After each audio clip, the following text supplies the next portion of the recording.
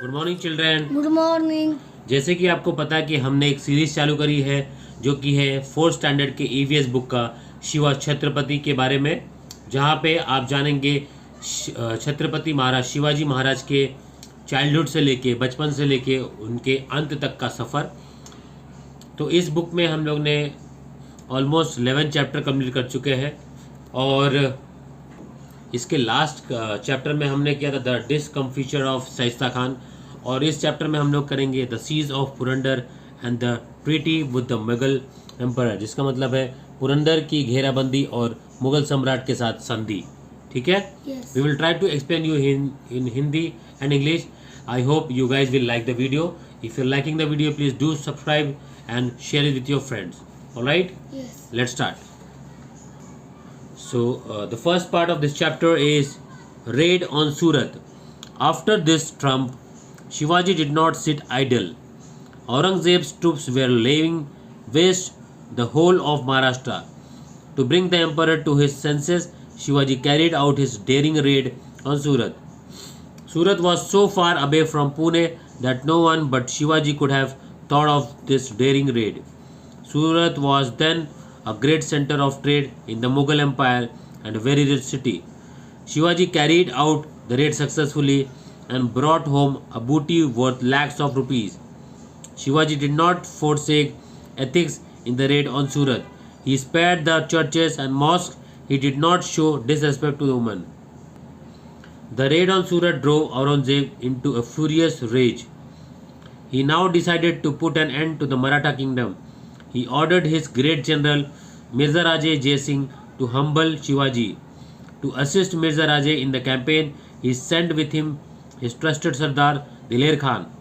The two landed in the Deccan with a huge army and unlimited funds. Swaraj was in real danger.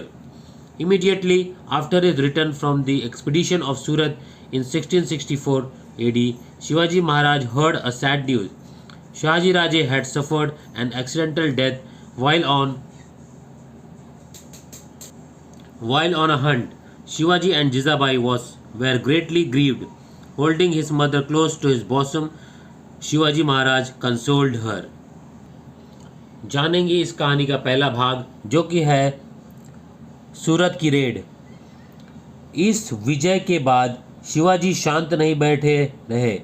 Aurangzeb की सेना पर पूरे महाराष्ट्र को बर्बाद कर रही थी। बादशाह को होश में लाने के लिए शिवाजी ने सूरत पर अपना साहसिक हमला किया। सूरत पुणे से इतनी दूर था कि शिवाजी के अलावा कोई भी इस साहसिक हमले के बारे में सोच भी नहीं सकता था। सूरत उस समय मुगल साम्राज्य में व्यापार का एक बड़ा केंद्र और बहुत समृद्धि शहर था। शिवाजी ने सफलतापूर्वक हमला किया और लाखों रुपयों की लूट घर ले आए। सूरत पर हमले में शिवाजी ने नैतिकता का त्याग नहीं किया। उन्होंने चर्च और मस्जिदों को छोड़ दिया। उन्होंने महिलाओं के प्रति अनादर नहीं दिखाया। सूरत पर आक्रमण ने औरंगज़ेब को क्रोधित कर दिया। अब उसने मराठा साम्राज्य को समाप्त करने का निर्णय किया। उसने अपने महान सेनापति मिर्ज़ा राजे जय सिंह को शिवाजी को दबाने का आदेश दिया। अभियान में मिर्ज़ा राजे की सहायता के लिए उसने अपने विश्वस्त सरदार दिलेर खान को उसके साथ भेजा। दोनों एक विशाल सेना और असीमित धन के साथ दक्कन में उतरे। स्वराज वास्तव में खतरे में था। 1664 ई में सूरत के अभियान से लौटने के तुरंत बाद शिवाजी महाराज को एक दुखद समाचार मिला। शाहजी राजे की यात्रा के दौरान आकस्मिक मृत्यु हो गई थी। इस समाचार से शिवाजी और जिजाबाई बहुत दुखी थे। अपनी मां को सीने से लगाकर शिवाजी महाराज ने उन्हें सांत्वना दिया। Moving ahead, we'll talk about siege of Purandar by the Mughal army. Purandar was one of the Shivaji's big and strong forts. Diler Khan knew that Shivaji could not be defeated as long as he was the master of Purandar. He therefore laid siege to this powerful fort. He had a huge army under his command. Murarbaji was in charge of the fort. He was a determined fighter who would not easily yield to threats. He was also supported by brave troops. With their help, Murarbaji decided to defend the fort. Diler Khan's guns went into action. Fiery cannon balls began to drop on the fort. Murarbaji and his brave men held on. The first bastion on the Machi collapsed under gunfire. Diler Khan's troop captured the lower fort. The Marathas withdrew to the upper fort and continued to fight. Diler Khan was watching the battle from his camp. Furious with rage, Murarbaji decided to attack the Mughal troops with a select contingent of 500 men.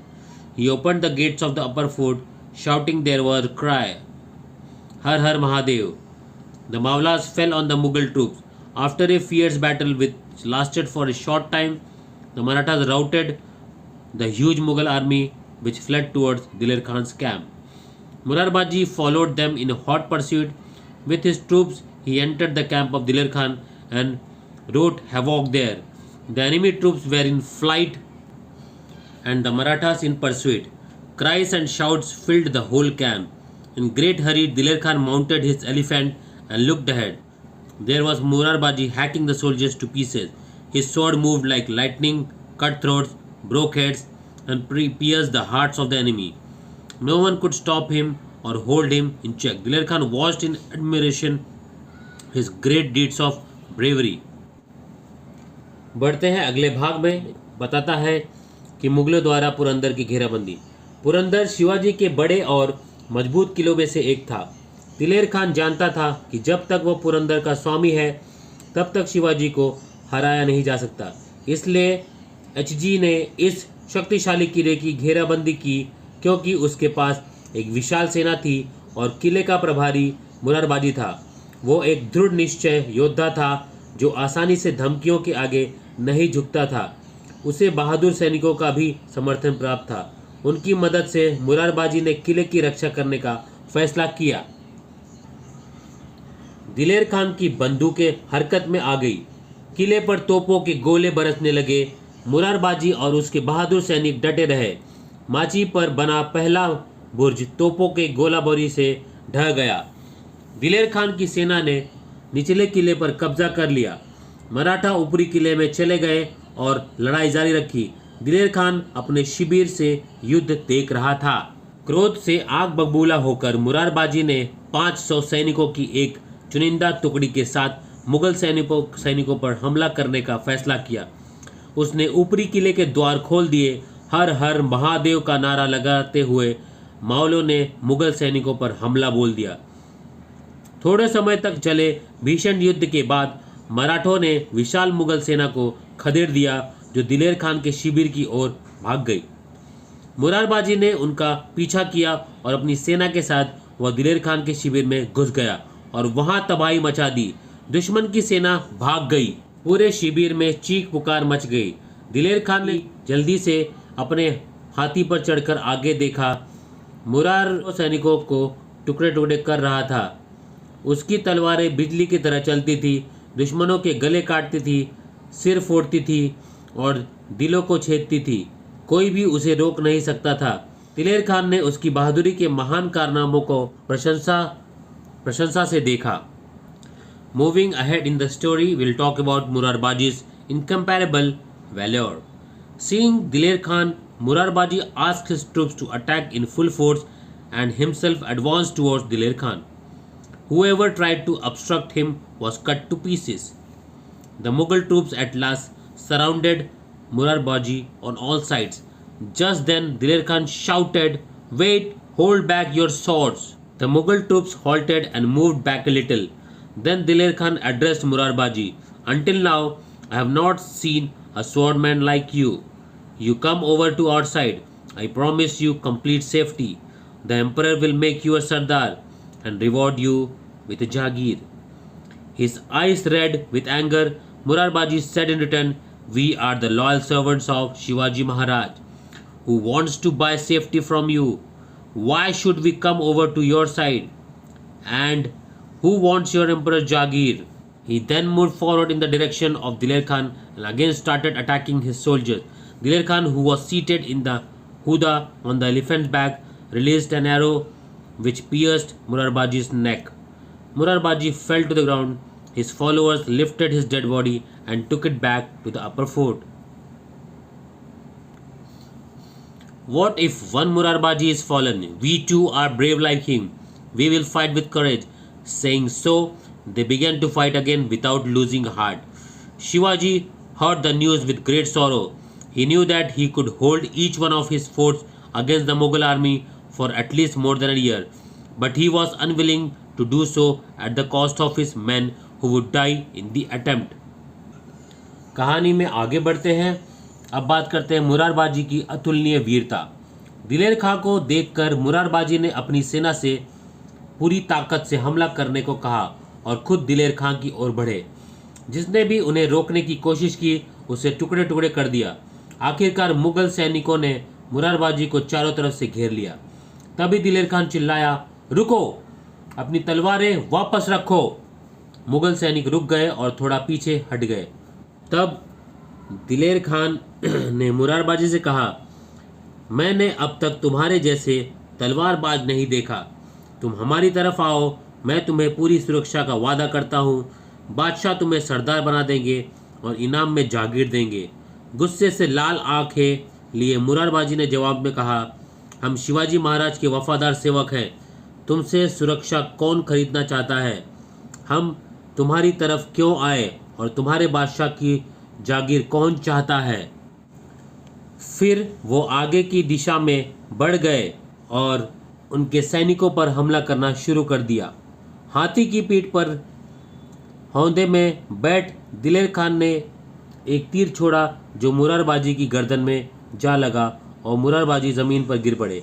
उनके अनुचरों ने उनके शव को उठाया और वापस ले गए। अगर एक मुरारबाजी गिर गया तो क्या होगा? हम भी उसके जैसे बहादुर हैं। हम हिम्मत से लड़ेंगे। ऐसा कहकर उन्होंने हिम्मत हारे बिना फिर से लड़ाई शुरू कर दी।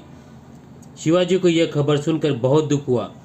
उन्हें पता था कि वे मुगल सेना के खिलाफ अपने हर किले पर कम से कम 1 साल तक कब्जा कर सकते हैं, लेकिन वो ऐसा करने के लिए तैयार नहीं थे क्योंकि ऐसा करने में उनके सैनिक मारे जा सकते थे। Moving ahead, we'll talk about another part of the story, that is Treaty of Purandar. What could be done? He was not strong enough to fight the powerful Mughals. All his political skill was also of no avail. There was only one thing he could do. He decided on a temporary withdrawal from the fight. He would enter into a treaty with the Mughal emperor. He went and saw Jai Singh. This was a very sensible and statesman-like thing to do. He said to Jai Singh, Mirza Raje, you are a Rajput. You can understand our suffering. The emperor's campaign have led the country waste and people are in great misery. I have undertaken this task of establishing Swaraj so that people may be happy. You should join me in this uphill task. If you agree to lead us, myself and my Mawlas will be your trusted followers. Jai Singh was a shrewd diplomat. He persuaded Shivaji to sign a treaty of peace with the emperor. Shivaji signed the treaty and according to its terms, 23 forts and a territory with a revenue of 4 lakh horns, a gold coin, were to be handed over to the emperor. The Treaty of Purandar was signed in 1665. After the treaty was signed, Jai Singh suggested to Shivaji that he should go to Agra and see the emperor. He also guaranteed Shivaji's safe return. Shivaji thought over the suggestion. He knew that the emperor could not be trusted.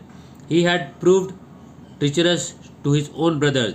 But in the end, Shivaji decided to take the risk and face the situation as cautiously as he could. He informed Jai Singh that he was willing to go to Agra to meet the emperor. इस कहानी में आगे बढ़ते जानते हैं पुरंदर की संधि। क्या किया जा सकता था? वो शक्तिशाली मुगलों से लड़ने के लिए पर्याप्त मजबूत नहीं थे।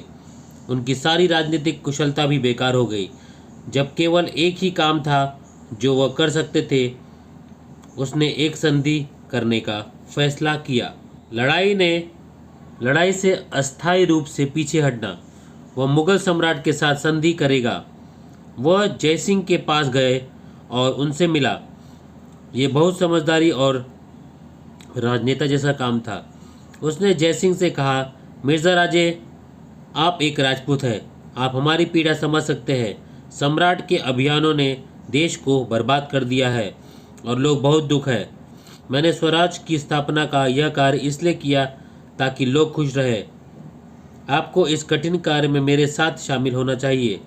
यदि आप हमारा नेतृत्व करने के लिए सहमत है तो मैं अपने और मेरे मौला आपके विश्वसनीय अनुयायी होंगे। जयसिंह एक चतुर कूटनीतिज्ञ थे। उन्होंने शिवाजी को संधि पर हस्ताक्षर करने के लिए राजी किया।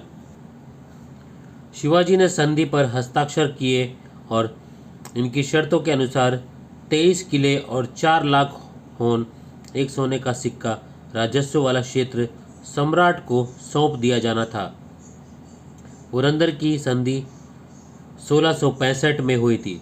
संधि पर हस्ताक्षर होने के बाद जयसिंह ने शिवाजी को सुझाव दिया कि उन्हें आगरा जाकर सम्राट से मिलना चाहिए। शिवाजी की सुरक्षित वापसी की गारंटी दी गई। शिवाजी ने इस सुझाव पर विचार किया। वो जानते थे कि सम्राट पर भरोसा नहीं किया जा सकता। वो अपने ही भाइयों के प्रति विश्वासघाती साबित हुए थे। लेकिन अंत में शिवाजी ने जोखिम उठाने का फैसला किया और स्थिति का यथासंभव सावधानी से सामना किया। उन्होंने जयसिंह को सूचित किया कि वह सम्राट से मिलने के लिए आगरा जाने के लिए तैयार है। तो बच्चों, इस वीडियो के लिए इतना ही। मिलते हैं अगले वीडियो में, तब तक के लिए बाय बाय, टेक केयर। अगर आपको वीडियो पसंद आ रहा है तो प्लीज़ लाइक करें, सब्सक्राइब करें और शेयर करें चैनल को। Bye bye, take care.